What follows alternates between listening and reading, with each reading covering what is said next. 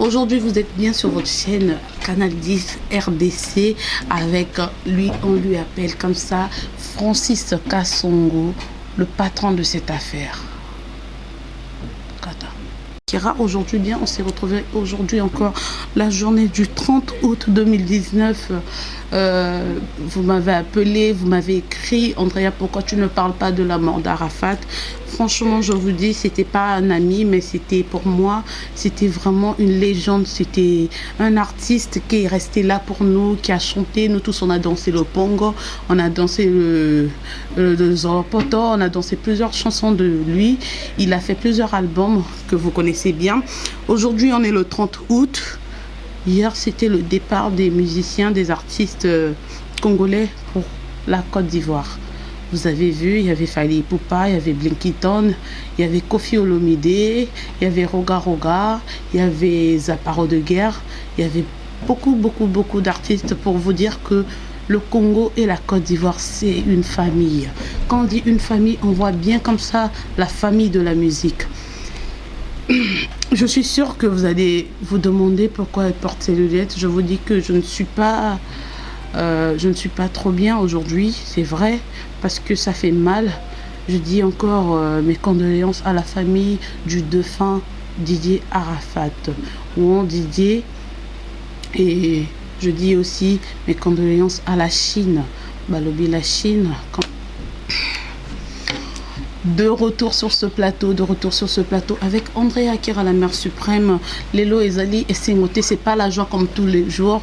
Aujourd'hui, on est dans une tristesse. On a perdu une personne, lui qu'on appelle Didier Arafat. C'était un musicien que vous connaissez bien. C'était un artiste que vous connaissez très bien. Je crois que toute l'Afrique est vraiment en deuil. Pleurons tous ensemble. Un conseil pour sa mort, vraiment, je vous demande, chers internautes, chers abonnés, tout le monde, toutes les personnes qui vont tomber sur cette rubrique de As des Stars à la Une, je vous demande vraiment la tranquillité. Enterrons notre frère Didier Arafat dans la paix, dans la tranquillité. Ne regardons pas ce qu'on est en train de raconter. C'est vrai que plusieurs versions se sont produites, plusieurs versions se sont dites, mais on ne sait pas encore quelle est la vraie version. On sait qu'il a fait l'accident le 12, mais après, le 13, il nous a quittés à 4 h du matin, d'autres disent à 8 h du matin. Moi, j'ai eu la nouvelle personnellement à 8 h du matin. Ça fait mal, ça fait très mal. On a vu les condoléances de toutes les artistes. On a vu, il y a Ariel Chéné, on a vu, il y a son ami Lukufa, donc des Bordeaux.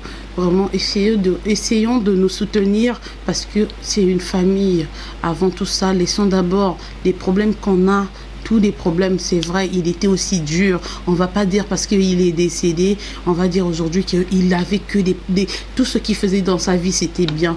Tout ce qu'il faisait dans sa vie, c'était pas aussi bien. Il avait aussi ses défauts comme tout le monde. Il avait aussi ses qualités comme tout le monde. Pour moi, je me dis que la mort de Didier Arafat, ça doit être pour nous une leçon. Comportons-nous bien dans notre vie de tous les jours. C'est vrai que c'était une personne très dure pour des gens qui le connaissaient bien. C'était une personne qui était très dure, vous le savez tous, mais pour sa famille, sa femme et ses enfants. Vous avez vu les enfants, vous avez vu les images. Je vais vous mettre quelques photos après cette émission pour voir comment ça s'est passé aujourd'hui comme hier et comment ça s'est passé pendant la veillée. Ça fait très mal. Il a fait l'accident. Demandons à toutes les personnes qui se promènent en moto, n'oublions pas de mettre nos casques. Il faut qu'on l'attaque un casque parce qu'on ne sait jamais, tu peux passer comme ça. Si peut-être il avait son casque, il sera encore là parmi nous. Mais comme on dit, tout ce que Dieu fait est bon. Donc c'était la volonté du Seigneur. Il sait, c'était son jour. On ne connaît pas le jour d'Andrea, on ne connaît pas le jour de qui que ce soit. C'était son jour était arrivé. Laissons sa maman tranquille, chère internaute, laissons sa maman tranquille. Elle sait ce qu'elle veut, elle sait ce qu'elle a, elle connaît la souffrance qu'elle a, elle connaît tout ce qu'elle est en train de porter dans son cœur. Que ce soit des chansons, que ce soit des vidéos, peu importe. Pour moi, personnellement, je dirais qu'une maman ne peut pas se poser devant une caméra quand la personne perd son enfant. Mais après, elle n'a pas la même façon de voir les choses avec moi. Elle s'est posée devant la caméra. C'est vrai que ça a choqué la Chine, ça a choqué les gens, ça a choqué tout le monde, ça a choqué ses fans. Vraiment, je vous demande d'être soudés, d'être soudés.